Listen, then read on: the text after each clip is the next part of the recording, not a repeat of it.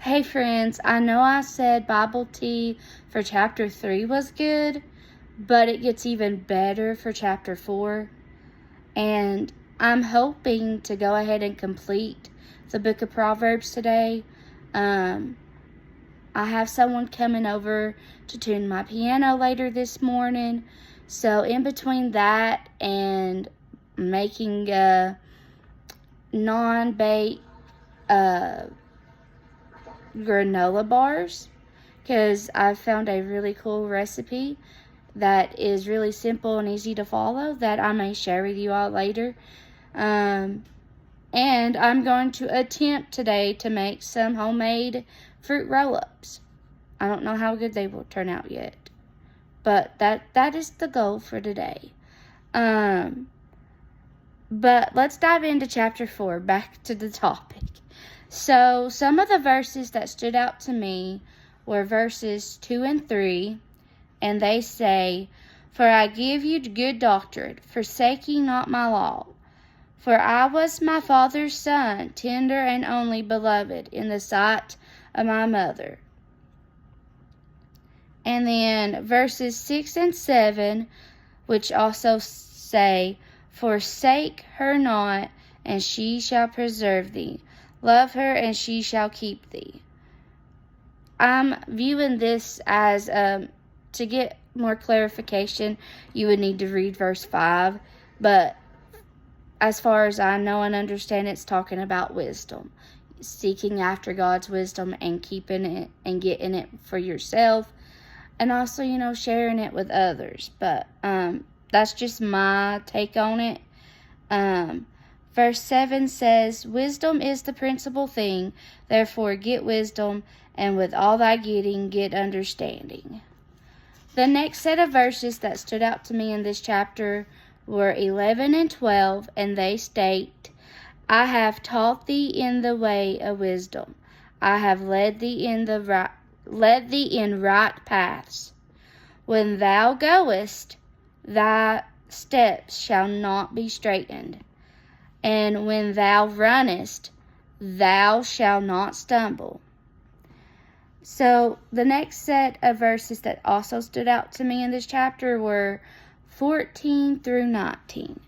And they state, "Enter not into the path of the wicked, and go not in the way of evil men.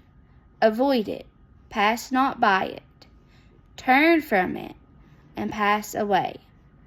For they sleep not, except they have done mischief, and their sleep is taken away, unless thou cause some to fall.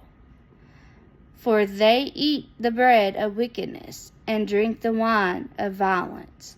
But the path of the just is as the shining light, that shineth more and more unto the perfect day.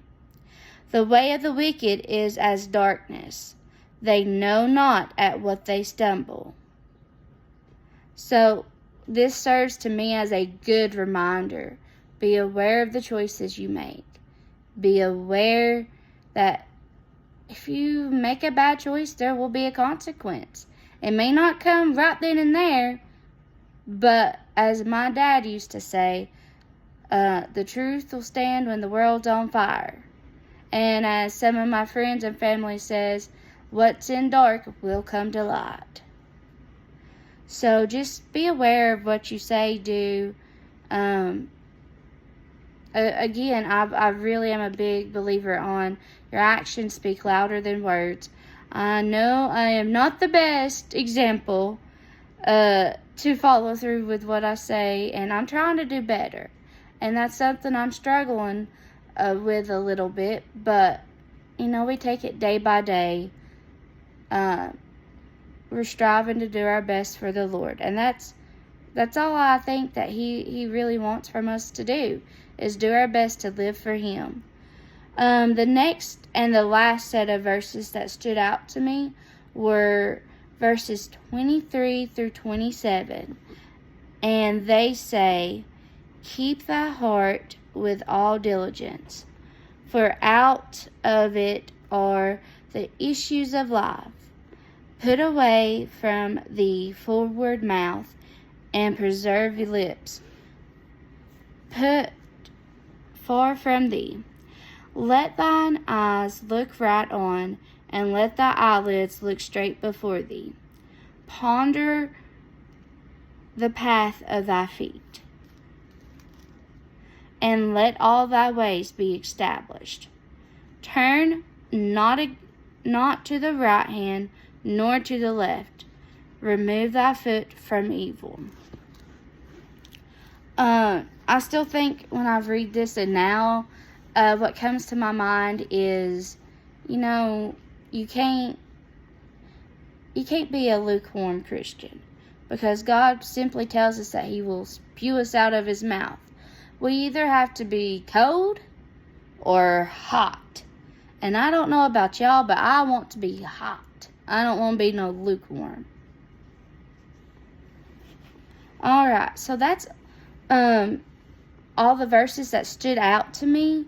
My favorite verses from this chapter have to be verses 6 and 7 and 26 through 27, which, if you didn't hear me read them, you can rewind and listen to the verses, or just wait and listen to the audio of chapter 4 that I'll post also.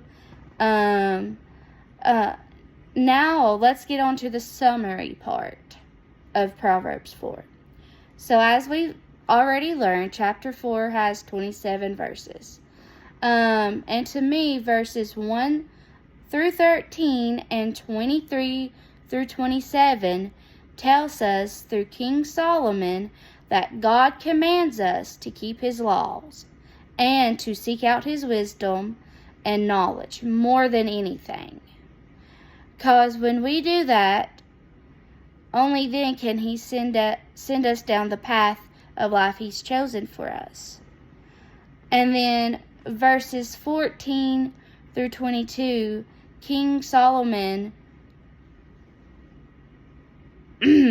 which is who God is using, warns us about choosing to go down the wicked path.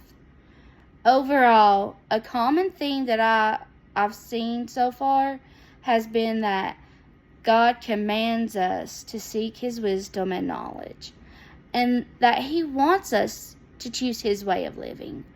I mean, He gave us free will. Why don't we choose Him more often? Well, friends, I hope this encourages you, uplifts you, and helps you get into your word today. Remember, God loves you, and so do I. Until next time, bye, friends.